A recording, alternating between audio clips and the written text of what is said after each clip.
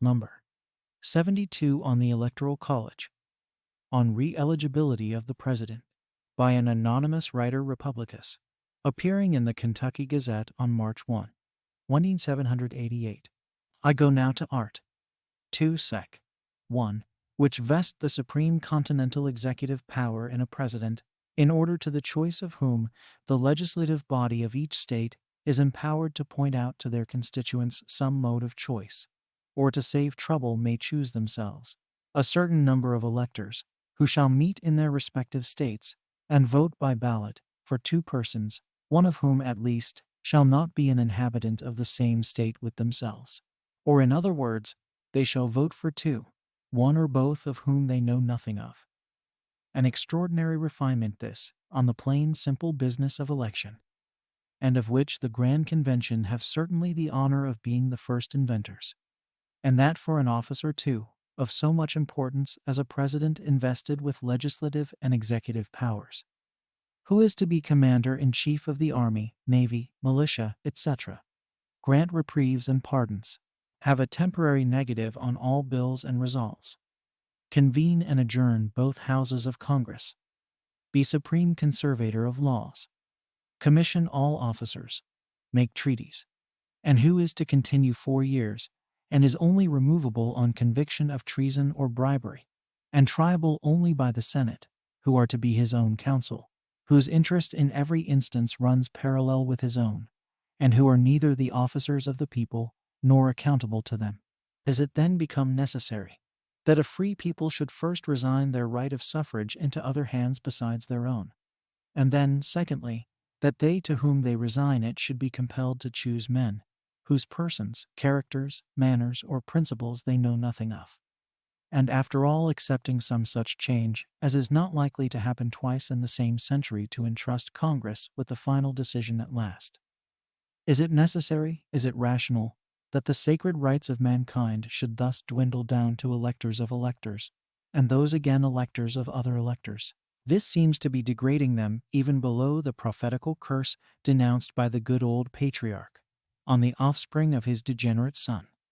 servant of servants. Again, I would ask, considering how prone mankind are to engross power, and then to abuse it, is it not probable, at least possible, that the president who is to be vested with all this demi-omnipotence, who is not chosen by the community,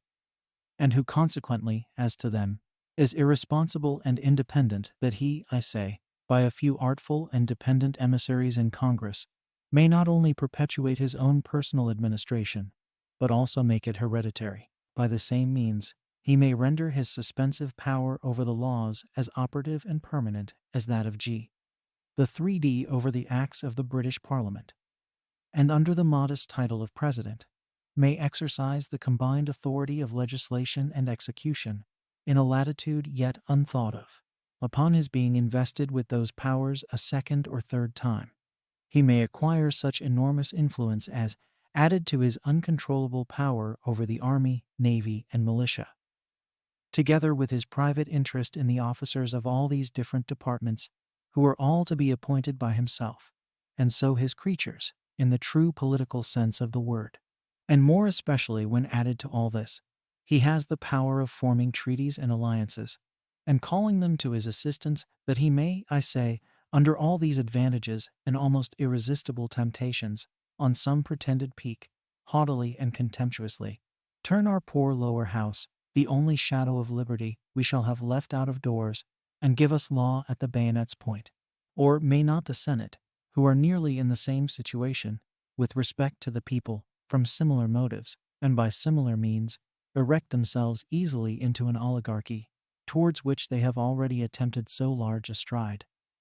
to one of which channels, or rather to a confluence of both, we seem to be fast gliding away, and the moment we arrive at it, farewell liberty. To conclude, I can think of but one source of right to government, or any branch of it, and that is the people. They, and only they, have a right to determine whether they will make laws, or execute them, or do both in a collective body, or by a delegated authority. Delegation is a positive actual investiture.